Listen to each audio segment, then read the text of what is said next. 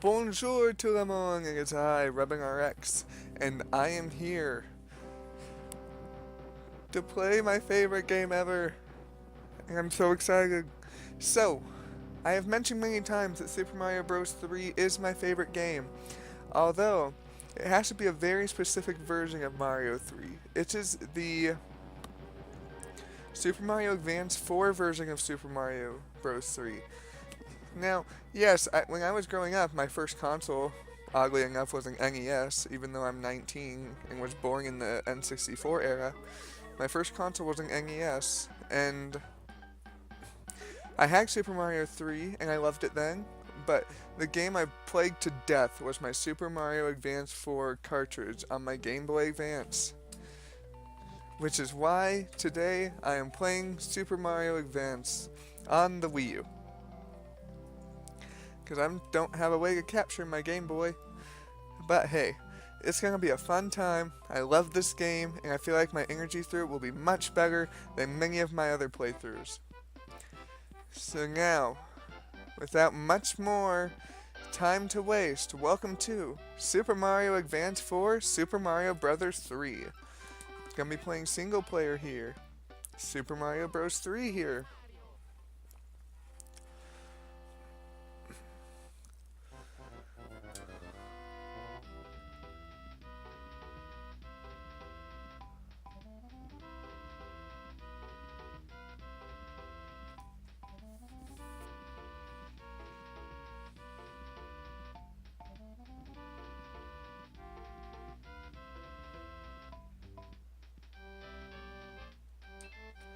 I'm so excited. Just gonna be playing as Mario. Oh yeah. RX. Okay. Let's do this. Let's see how bad this goes. Level 1. Oh, okay. So, basic Mario rules, basic 2D Mario platformer rules still apply in this game. Um, what has changed from Mario 1? Uh, okay, okay. Couple things have changed. One, you can now pick up shells. Two, there are a few new power-ups, including the Raccoon Mario leaf, which I have right here. What this can do, you see that run meter at the bottom? When it's up to P, you can... When it gets all the way up to P, from running fast long enough, you can mash the jump button to fly.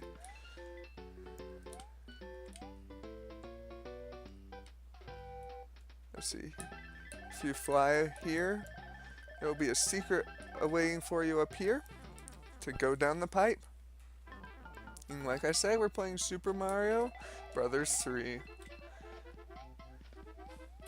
Now, of course, the Fire Flower is still in this game.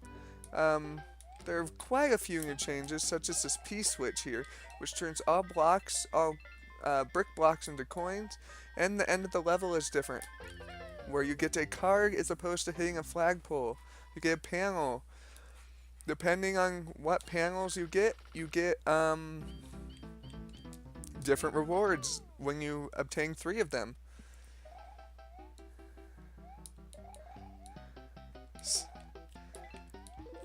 And this song here, this song became such a staple in the Mario series.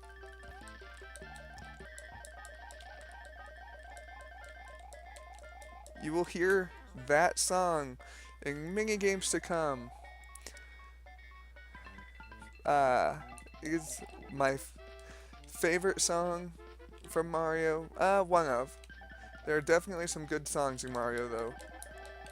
Now, up here, something that's not in the original Mario 3 are these coins in this room at the top here. The coins at the bottom were there in the original, but not the ones at the top there. This is a fairly faithful remake of the original game, though.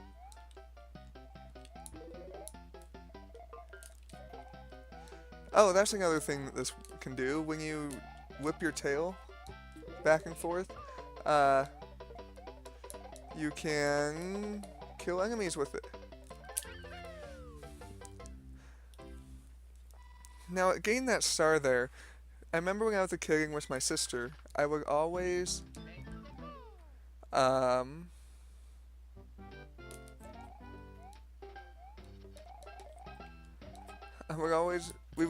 the two Mario games we had for our NES were this and Mario 1. I would say I love Mario 3's star because Mario did like these cool like flips and stuff when he would jump, but I liked Mario's 1 star because it lasted longer. So, well, okay. So that was the level if you just go on the bottom path, but there is something else I want to show you in this level. Gonna backtrack here a bit. Yeah, and it's such a trivial thing. I just liked the star in this one because it looked cooler. So in this block fortress, there's a couple things of interest. Star there, one block here. There's also an invisible note block here. 2 of these in the entire game, and they take you to Coin Heaven.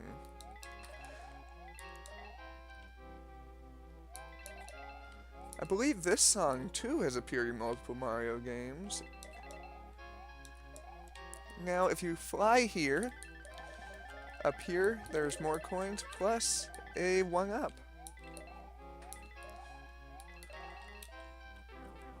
So, yes, I know much more about this game than I do about Mario 1. So here, if you get 3 panels, if they don't match at all, you get 1-up. If you get 3 mushrooms, you get a 2-up. If you get 3 flowers, you get a 3-up. If you get 3 stars, you get 5-up. The stars are the easiest to get. I just really screwed up that second stage, and I'll show you I'll show you more. Welcome to a Toad House. You pick an item, pick one of the boxes, and you have an inventory of items that you can choose from on the stage if you need one. Press L to access them. R activates e-reader stuff, which I can't really do here. Now, if you were wondering why I didn't go for a secret in stage 3 there, don't worry, I'll be covering all that in the extra video. This one, I'm just going for complete stage completion through the stage, and then there will be a power-up that we get in World 2 that I will not be using any of those until the extra video as well. So there's a stage in every world except the final world where you want to try and get as many coins as you can. And this is one of those stages. Or this is the stage of World 1. Hopefully I can do it. I'm not sure of the exact number.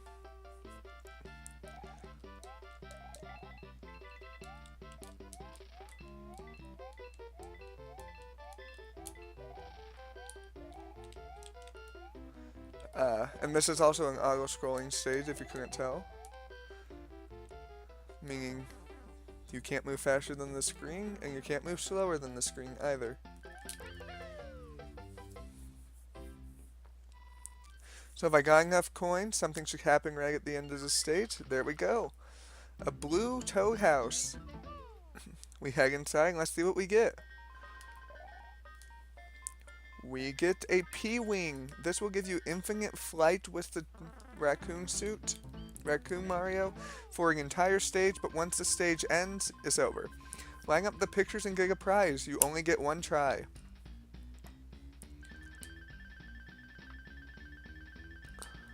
Now this, it has the same life rewards as the card panels. The timing, I'm not exactly sure how to explain it, especially now that I'm not playing it, but I will try to explain it better the next time we see one of those. Also something that's new that you probably have noticed, different from Mario 1, is the world map. You don't just go from stage to stage like Mario 1, 2, or Lost Levels. You actually move around a map. Press up to go indoors. And also different is there's a castle midway through. You don't just have castles at the end.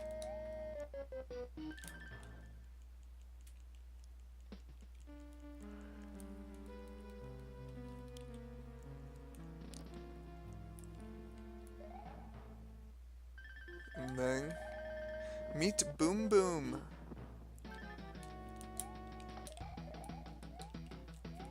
He is the boss of every castle and easy. You might recognize him if you've played 3D Land, World, or New Super Mario Bros. U or New Super Luigi U.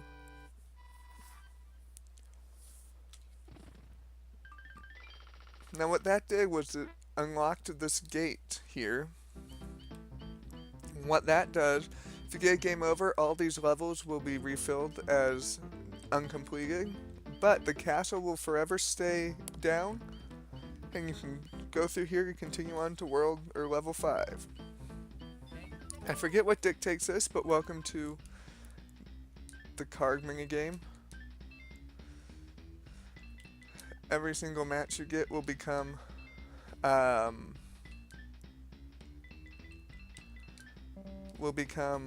part of your inventory or just added to your score.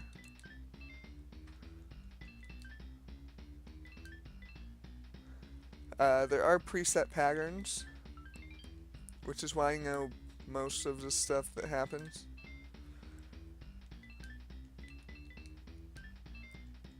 Let's see here. Nope. But now all that stuff I just got is in my inventory.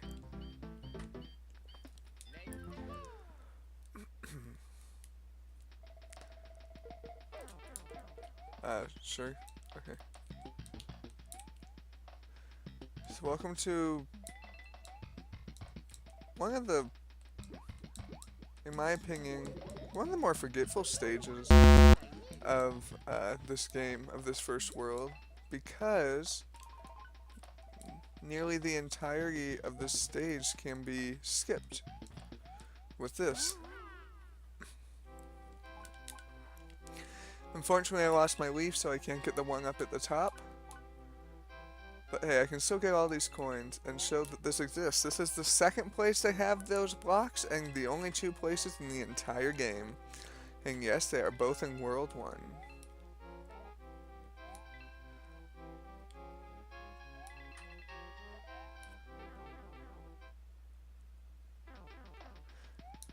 One thing, me being a stupid kid, me and my sister would always be a challenge. To me, it'd be cool to try to get all the rows of 7 coins in one jump in coin heaven. And like I would say, like if you get all the coins in one jump, you get 2 claps. But if you get all the coins in more than one jump, you get 1 clap. And if you miss a coin, you get no claps. And for some reason, I thought that was the best description of how to dictate doing well or not in a game. But yeah, I was a stupid kid.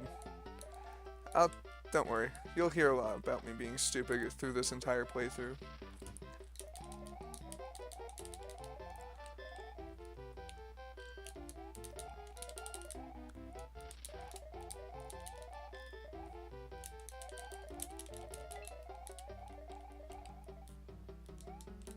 Whatever.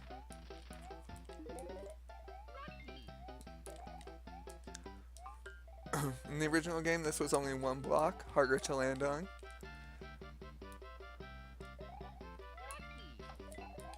Already at 18 lives, first world.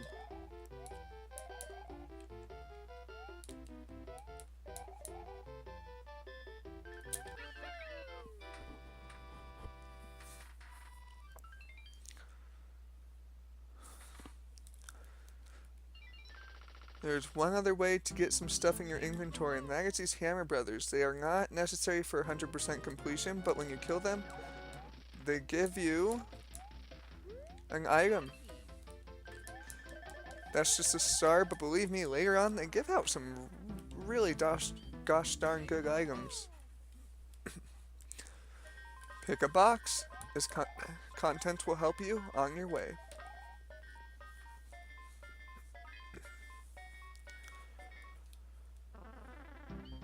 Now, let's see what this cry for help is. Oh, it's terrible. The king has been transformed. Please find the magic wand so we can change him back. Welcome to the final level of every world, an airship. Again, something that has returned in many Mario games to come. The auto-scroller. The always auto-scroller. This song is another iconic Mario song. Mario's 3 uh, really set a standard for other Mario games to come and how they would be structured, what elements would return. That was a weird noise. I hope that picked up in my recording. That was just me opening my mouth. Now these bullet bills and cannonballs, you can just jump on them to kill them. And welcome to the boss fights. Meet the Koopalings. I'm not sure who this is. I want to say Larry, and I'm pretty sure I'm wrong. But they are also a staple of the Mario series. And they're the ones who stole the magic wands that we need to so graciously return to the king.